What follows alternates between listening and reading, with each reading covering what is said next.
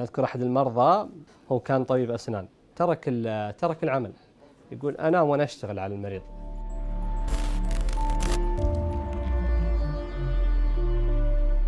تعرف الناس أصحى بدري صلاة الفجر، بعدها طال عمرك وش عادة أنا الأشياء اللي يحتاج أقرأها بشكل سريع أحطها على التاسك عندي في الجوال، وبعدها طال عمرك تعرف لازم كوب قهوة في الصباح، توكل على الله وإلى الدوام. دكتور مانع الشهراني، استشاري طب الأسرة، متخصص تخصص دقيق في طب اضطرابات النوم. أنا أذكر عام تقريبا 2012 كنت في سنة الامتياز، وكنت مار مع المستشفى نفس السيب هذا، أنا أمشي وشوف لوحة مكتوب مختبر النوم. كل يوم لفتت الانتباه، مختبر النوم مختبر النوم. قلت يوم من الأيام خلي أمر أشوف شو عندهم. قابلت واحد من الأطباء هناك، السلام عليكم، صباح الخير، كيف حالك؟ وش مختبر النوم؟ أنا نفسها كنت أعاني من شخير وقتها، قلت أنا عندي شخير لازم تشوفوني. قال خلاص تشوفك كل عيادة. قيموني في العيادة، دخلوني مختبر النوم، نوموني، والله بدي يركبون علي أسلاك وتغطية دماغ وحركة عين ومدري ماني عارف كيف، تقريبا 6 و7 أسلاك وتنام وكاميرا. فعجبني التخصص من ذاك الوقت صراحة. طبعا بدأت أقرأ عنه إلى فهمت الوضع كامل، الحمد لله دخلت تخصص. هذا أساسا هو مختبر النوم. عادة اللي يصير في أي مكان مختبر نوم، عندنا 2 رومز هنا. مثلا هذه الغرفة اللي دخلوني عليها، يعني هذه الأجهزة اللي ركبوها على المريض، أو بالعكس صح ركبوها علي في البداية، قلت ما ذكرت لك. فهذه عادة غرفة النوم. طبعا في كاميرا يتابعونك مثلا.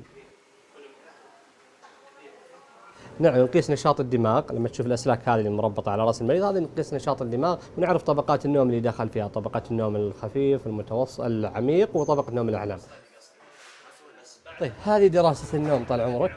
هذا اللي يصير لما يكون المريض مرتبط بالجهاز ومركب عليه الجهاز. طبعا هذه تخطيط الدماغ، حركة العين، طبعا نسبة الأكسجين. مثلا هذه لو لاحظت، هذا عندنا انقطاع، يعني انغلق مجرى الهواء، طبعا انغلاق تام، وبالتالي يصير مع نزول في الأكسجين. يعني السكند هذه أو الثواني هذه مجرى الهواء كان منغلق عند المريض تماما، فبالتالي ينزل الأكسجين إلى درجات معينة ويصير فيه نشاط في الدماغ. عشان كذا مرضى الانقطاع التنفس الانسدادي ليش يجون كل يوم الثاني متعبين؟ لأنك لما تشوف نشاط الدماغ عندنا، الدماغ طول الليل قاعد يحارب الانقطاعات هذه.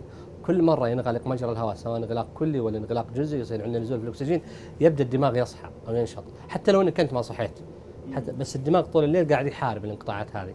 أنا أذكر أحد المرضى كان طبيب، لما شاف أحد المقاطع التوعوية في الإعلام عن النوم القهري، بدأ يقول يا أخي هذه الأعراض معي من زمان ولا أني عارف. هو كان طبيب أسنان، ترك العمل، يقول أنام وأنا أشتغل على المريض. فعلا عملنا له دراسة نوم وشخصنا، طلع عنده نوم قهري، وطلع مبسوط فرحان في مرض وفي علاج. الفرح صراحة والشعور اللي تحس به انك لما تشوف مريض عالجته، يعني لما تشوف مريض نوم قهري تخرج من جامعة بينما كان متعثر فيها سنوات، لما تشوف مريض نوم قهري مثلا رجع العمل. انت في الاخير انت ما انت تعالج المريض فقط، انت تعالج المريض واسرته اللي حوله وبلده وانتاجيته. هذه الاشياء كلها صراحة تشعرك بالسعادة.